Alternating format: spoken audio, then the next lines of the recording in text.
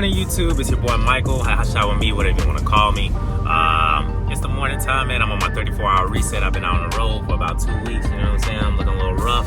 I'm probably going back home, sometime next week. It's a Saturday right now, and we headed up to Michigan. But anyway, we got some sauce for you guys today.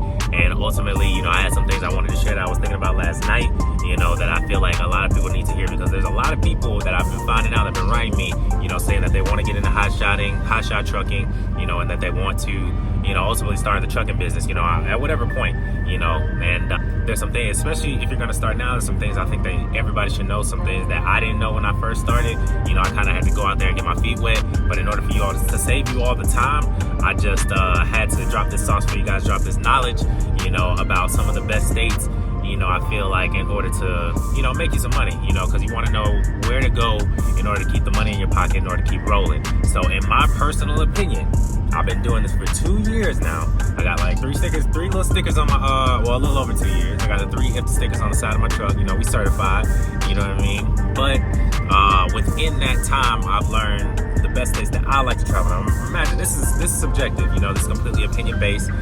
So ultimately, I'm sharing you guys my opinion of where I like to go, what states have the most freight in it, and ultimately what states potentially can make you the most money, because it varies. It really varies. Day to day it varies. Week by week it varies. Sometimes you'll go to a hot spot that you think that you remember was a hot state, and then it not be so hot. Or some places, for example, if you go over to North Carolina, some days it's jump, sometimes it's jumping, sometimes it's not. Most of the time not, but sometimes it is. So we just want to get into the business. I want to save you all the time and trouble and keep money in your pocket. I will say, this is a little disclaimer, this is not always going to be the case. Again, it's not always going to be the case. You're not always going to be able to go to these hot states. Sometimes you have to take, especially if you got bills coming up, whatever the case may be, you're going to have to take the money where, take your money going someplace and risk, kind of coming back. But you don't have to risk it all. You know what I mean? For example, one of the major things that I do not do is I do my best to stay away from going out west. I go take 35, sometimes maybe even 25. Once you understand how the country works, you understand that, from north to south, all the highways that run horizontally is like 10 starts at the bottom, and then you work your way 20, 30, 40, 50, and then same thing from the East Coast to the West Coast. You got like 95s, 85, 75, all the way on over to the West Coast.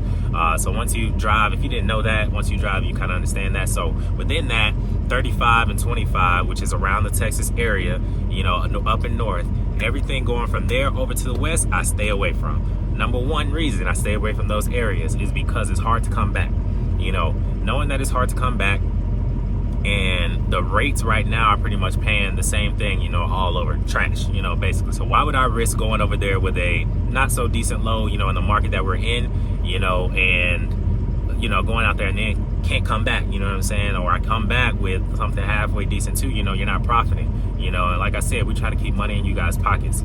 So I'm trying to keep money in my pocket. So I stay away from, going out there. And then on top of that, the West Coast has harsher conditions in the summer, harsher conditions in the winter. So same thing with up north, like far up north and far down south. It just is what it is. Ultimately, here's my list.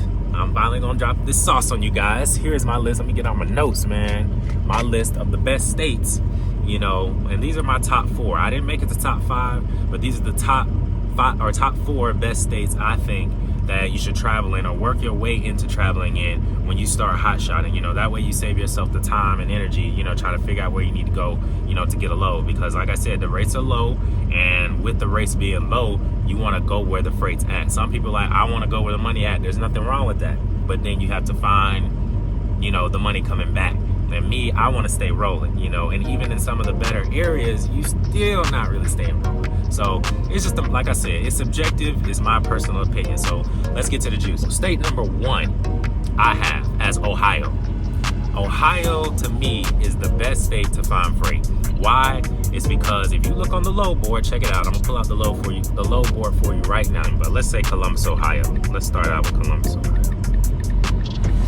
Typing in Columbus, Ohio, boom. We're gonna do a deadhead of 100 miles, which is decent. You know what I mean? That's I normally have mine set at 150, but with the rates being lower, like I said, for the most part, what you're gonna want to do is you're gonna want to eliminate the most deadhead you could possibly have. And to me, the only way to really do that is to be more on the East Coast. Like I said, 35, maybe even 25 and on over to the East Coast. Those are the areas that you kind of want to stay in. So let's do Columbus, Ohio. These are my settings. Let's just type in for Monday because that's what's coming up. Like I said, we're on a 34-hour reset right now. So right now the lows may not be posted as they normally would be. So just keep that in mind. So boom, search loads. Okay, we got 18 results right now for a Monday when loads aren't even being posted on the board. Now mind you, when I see 18, in regular areas I'll see 18 with only 100-mile radius. With only 100-mile radius. That's a decent amount of lows. So even when I have my regular search on, let's put the 150 on there. Boom. Search loads. Man, we got 50 results for Ohio right now. 50 results. In comparison, so you can kind of get your head wrapped around it. I think the second best state is Illinois. So we're going to type in, let's just do Chicago. We're going to do some major cities because where my settings set up, this is where you're kind of going to end up anyway. The whole state of Illinois, 150-mile radius, like I mentioned before. Let's search the loads. 63 results. That's a decent amount of loads, man. That's a decent amount of loads to choose from on a day-to-day basis. Now, I will say, this is a side note. I will say that some particular states, you can book your loads like 2 days in advance, a day in advance, day up. You know, some states kind of vary. To me, these two areas, you can kind of start booking your loads a little bit in advance, you know, to get decent loads. Some states are not like that. Some states, the day you pick is the day that you're probably gonna, you know, find the freight. And that's one of the states on my list. I'll show you that one when we get to it. So let's get to my next state.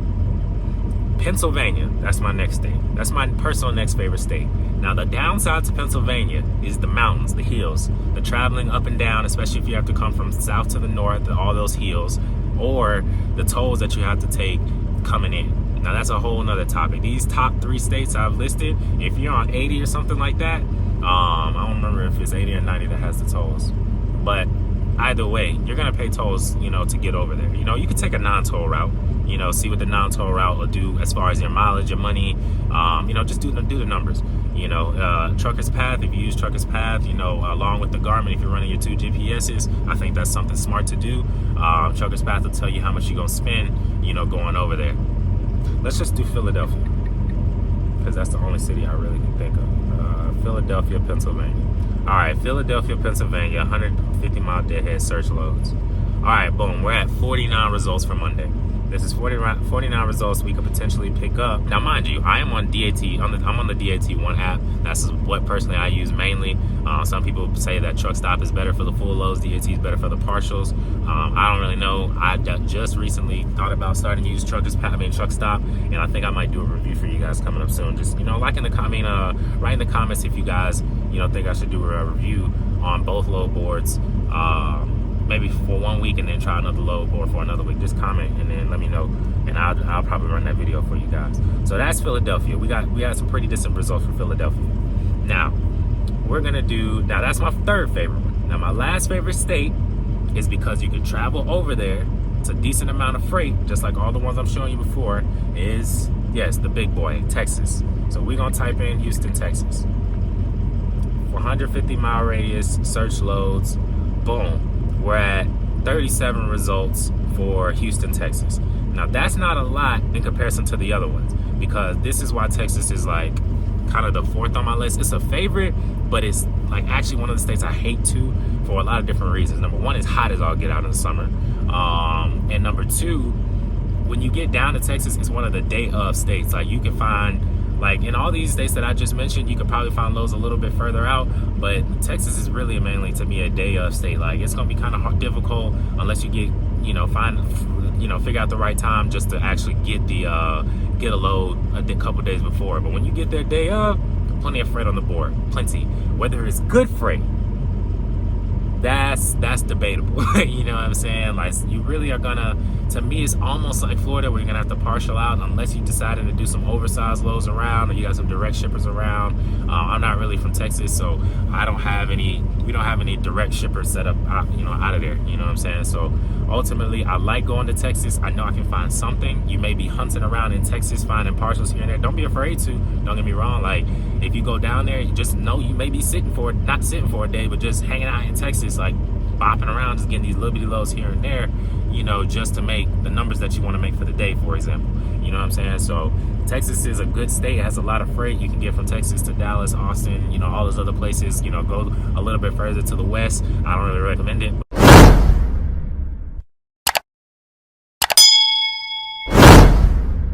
You'll still be in the same state. That's the thing. You still gonna stay in Texas. They got a lot of Texas to Texas loads. I mean, you can even see on the thing.